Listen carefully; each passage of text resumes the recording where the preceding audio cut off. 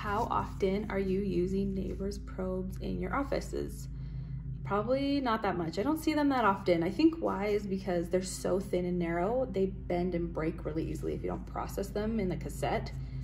And a lot of patients don't need them. I mean, we have better radiology nowadays. We can take cone beams to see the actual bone.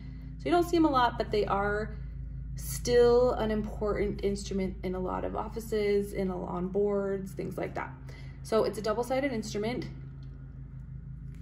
and they curve different ways. And the point of it is to get the curve into the furcation to see what class of furcation you have.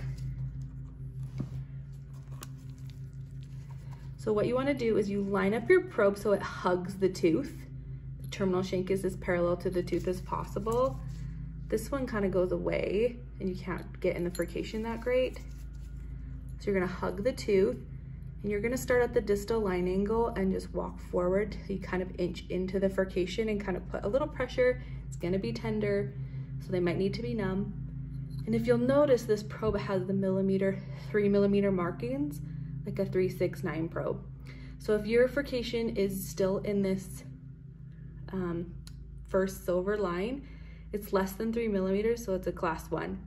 If you're into the black, it's going to be a class 2, because class 2s are 3 to 6mm. If you're past the black line, first black line, greater than 6mm, it's a 3 or maybe a 4. If it's a 4, you don't need this probe because you can see it. Okay.